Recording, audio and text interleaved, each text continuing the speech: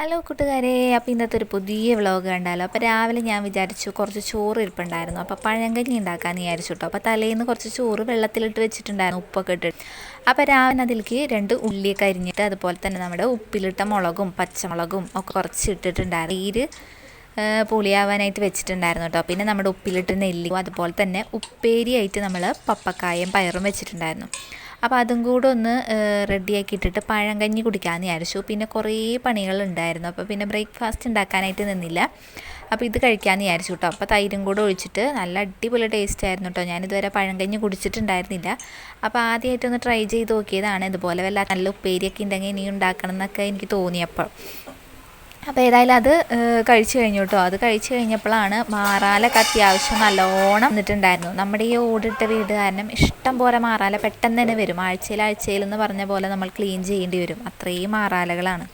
പൊടിയും ഒന്നാമത് കാറ്റും, ഇപ്പോഴത്തെ സീസൺ ആകുമ്പോൾ കാറ്റും പൊടിയൊക്കെ ആകെപ്പാടെ കയറി വീടൊക്കെ ആകെ പൊടി പിടിച്ചിട്ടുണ്ടായിരുന്നു. അപ്പോൾ അതേ അമ്മ ഒരു ഓലമടലൊക്കെ വെട്ടിയിട്ട് ഇതുപോലെ മാറാലൊക്കെ അടിക്കാം കേട്ടോ. അത്യാവശ്യം നല്ല ഹൈറ്റ് ഉണ്ട് നമ്മൾ ഇവിടുന്ന്.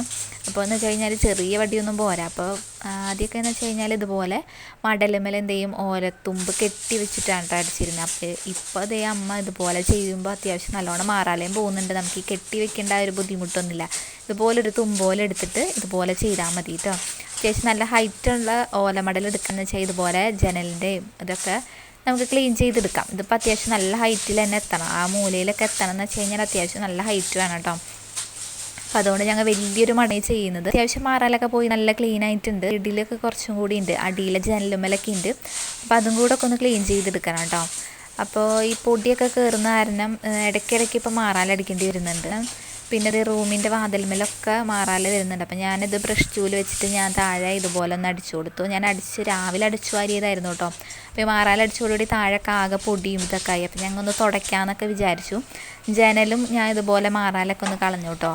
അപ്പോഴേക്കും താഴെ അത്യാവശ്യം നല്ലോണം ഓലത്തുമ്പും അതുപോലെ തന്നെ മാറാലയും ഇതൊക്കെ വീണിട്ടുണ്ടായിരുന്നു.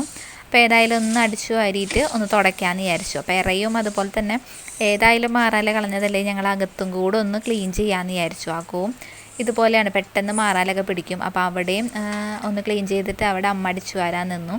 ഞാൻ അപ്പോഴേക്കും ഇവിടെ തുടയ്ക്കാമെന്ന് പറഞ്ഞിട്ട് ഞാനിവിടെ അടിച്ചു വാരിയിട്ടുണ്ടായിരുന്നു. അപ്പോൾ ഞാൻ വിചാരിച്ചു ആദ്യം ഹോള് തുടച്ചിട്ട് പിന്നെ ഇറയും തുടയ്ക്കാമെന്ന് വിചാരിച്ചു കേട്ടോ.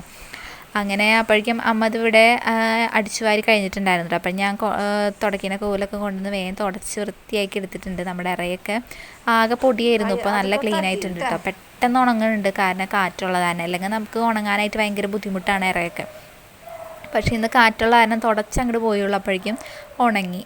അങ്ങനെ ഉച്ചക്കേലേക്ക് വേണ്ടിയിട്ട് വഴുതനങ്ങ ഉപ്പേരി ഉണ്ടാക്കാമെന്ന് വിചാരിച്ചു. പണികളൊക്കെ കഴിഞ്ഞ് വന്നപ്പോൾ ഏകദേശം ഒരു 12:30 ആയിട്ടുണ്ടാവും. അപ്പോൾ ഞാൻ വേഗം വഴുതനങ്ങ അമ്മ അരിഞ്ഞിട്ടുണ്ടായിരുന്നു. അപ്പോൾ ഞാൻ വേഗം ഒന്ന് കാച്ചിയെടുത്തു. കുറച്ച് നാളികേരമൊക്കെ ഒന്ന് മുപ്പിച്ച് മുളക് പൊടിയൊക്കെ ഇട്ടിട്ട് നല്ലപോലെ ഒന്ന് വഴറ്റിയെടുത്തിട്ടുണ്ട്. ഇത്രയേ ഉള്ളൂ ഇന്നത്തെ എൻ്റെ ഒരു കുട്ടി വ്ളോഗ്. അപ്പോൾ എല്ലാവർക്കും ഇഷ്ടപ്പെട്ട് കഴിഞ്ഞാൽ ഒന്ന് സപ്പോർട്ട് ചെയ്യാം കേട്ടോ.